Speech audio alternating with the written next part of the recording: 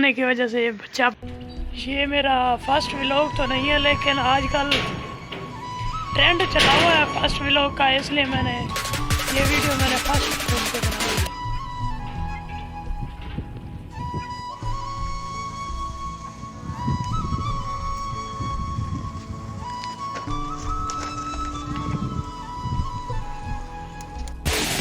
हवा चल रही है और आग देखे कैसे जल रही है यहाँ पे। कभी कभी ना सालन भी बनाना पड़ जाता है घर में।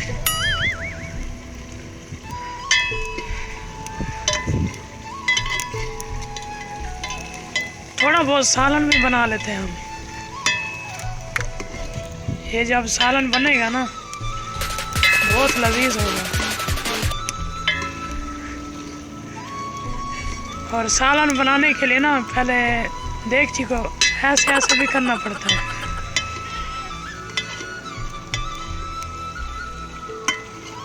जब आग इधर जलना बंद हो जाएगी ना, ये माचिस है।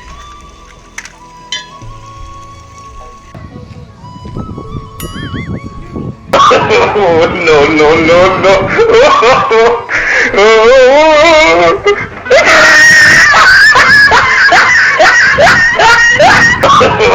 no, no, no.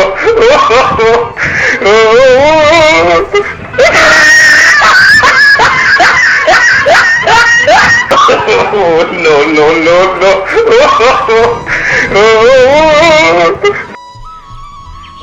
लोगों को एक डिश नहीं मिलती, इधर 3-3 4-4 पड़ी है।